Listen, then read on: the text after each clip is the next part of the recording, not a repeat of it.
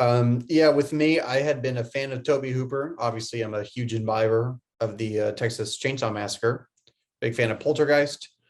So, I watched this. I finally watched it after hearing so much about it because I think it's considered one of his best movies.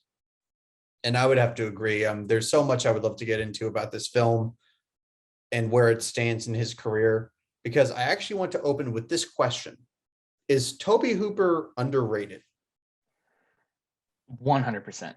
Yeah. I think people talk about like the cultural impact of Texas Chainsaw Massacre a lot and how that affected horror movies from that point forward, but I don't think people talk enough about how great he was visually. Any movie he was making, whether he was matching the tone of the movie or whatever it may be, his visuals were always on point. He had some very memorable characters. He brought some of the best out of actors who would go on to do not so well in some other films. I 100% think he's underrated. Would you follow that same train of thought? I'm actually I have some hot takes I could drop. But the most non-controversial way I can put it is I think he is one of the premier talents of his generation as far as the horror film community goes. I think without him, eh, without the Texas Chainsaw Massacre, the landscape of horror would just be different. In a very terrible way, it would be different.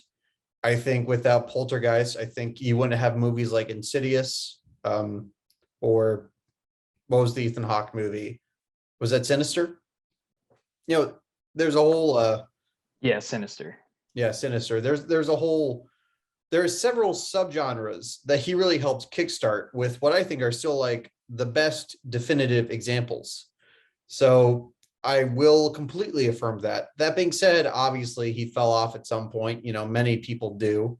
I think even would you agree that John Carpenter fell off at some point? 100%. Yeah, A it hundred happens. percent. Yeah, it happens. Sometimes it's uglier.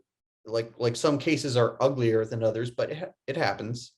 And there is a whole thing where people don't think he really directed Poltergeist. I don't exactly know where that rumor starts. Have you heard about that?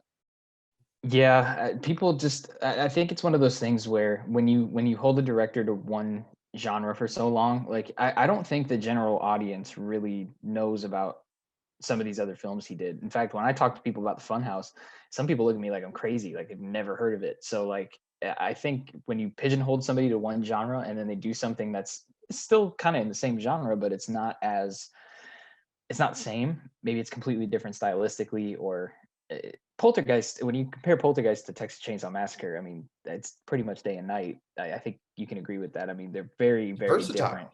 Yeah, Yes, and but that's so why. when Yeah, that when they don't see you as a versatile performer, and then you do something that shows you're a versatile performer, it's the same thing as like Star Wars. You know, they say that Empire Strikes Back was not directed by Irvin Kershner, which they who do say people think directed that movie? George George Lucas? Lucas. Yeah, he Yeah, wishes. He it's wishes. I feel the same way about the Poltergeist discussion. I Mhm. think it's ridiculous.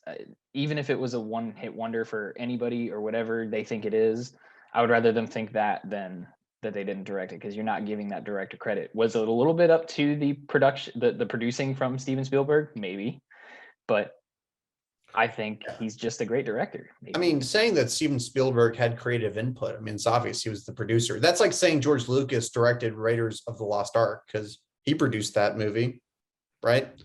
So I'm not even going to humor those rumors. I just want to take some time to celebrate somebody who I just feel like many people know Tobe Hooper, and I'm sure he has a fan base, but I just don't think he gets enough credit. And this is a channel to discuss cult movies, and Texas Chainsaw Massacre is just too big for that. So is Poltergeist, but he definitely has a true cult hit in the Funhouse.